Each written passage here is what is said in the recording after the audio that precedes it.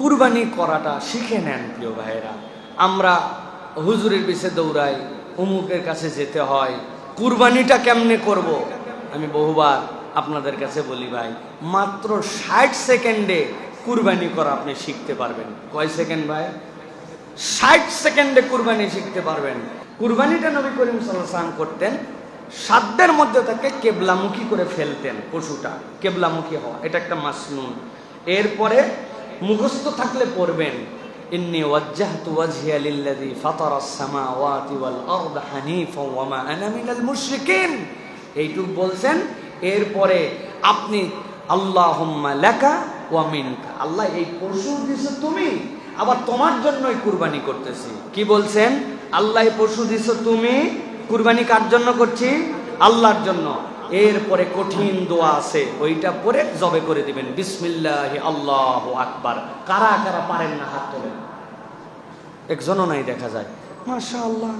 এইটা আপনি পড়বেন, আপনার কুরবানি আপনি করবেন। তবে আপনার হাত দুর্বল, আপনি নিজেই কাঁপাকাঁপি করেন, আপনার চলে না, এই হুজুরের বক্তব্য শুনে আপনি নিয়ত করছেন যা আছে কপালে, তো হঠাৎ করে গরুর ধাক্কায় ছুরি উল্টা দিক চলে আসতে পারে। আমি এটাতে উৎসাহিত করতেছি না, তবে যাদের সামর্থ্য আছে আপনি ডিপেন্ডেন্সি ছেড়ে দিয়ে আল্লাহুম্মা লাকা ওয়া মিনকা, তোমার জন্য আল্লাহ, তোমার পক্ষ থেকে দেওয়া, আমি তোমার জন্য কুরবানি করছি। এইভাবে নিজের কুরবানিটা মেহেরবানি করে আমরা নিজে দেওয়ার চেষ্টা করি। এখানে আরেকটা কথা আছে, আমরা অনেক সময় বলি হুজুর এইটা হচ্ছে অমুকের নামে, আমার আব্বার নামে একটা, আমার আম্মার নামে। কুরবানি কি ভাই আব্বার নামে আমার নামে হয়?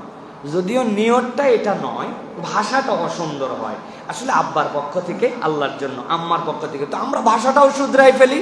আমরা বলি আল্লাহ, এটা আমার আব্বার পক্ষ থেকে, আম্মার পক্ষ থেকে আল্লাহর জন্য, এটা আব্বার নামে আম্মার নামে নয়, নাম হবে কার? আল্লাহ। তাহলে আমরা এইভাবে কুরবানিটা শিখে নিতে পারি। এক নম্বর হবে কি, যে বাংলায় আপনি বলতেছেন যে আল্লাহ আমি তোমার জন্য এটা কুরবানি করতেছি, আল্লাহ তোমার দেওয়া নিয়ামত থেকে। এরপরে ইন্নী ওয়াজ্জাহতু ওয়াজহিয়া লিল্লাযী ফাতারাস সামাওয়াতি ওয়াল আরদা হানিফা ওয়া মা আনা মিনাল মুশরিকিন, এইটা আপনি পড়ছেন। এরপরে বিসমিল্লাহি আল্লাহু আকবার। আর যদি আরবি পারেন আল্লাহুম্মা লাকা ওয়া মিনকা, এরপরে জবাইটা করে দিবেন ইনশাআল্লাহ। পারবেন তো ইনশাআল্লাহ?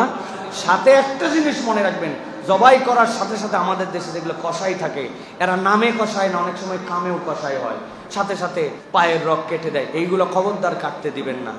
একটা পশু 10 মিনিট লাগুক স্বাভাবিকভাবে রক্ত বের হয়ে সে যখন ঠান্ডা হবে, এরপরে আপনি ওই পশুর বাকি কাজে জড়িত হবেন।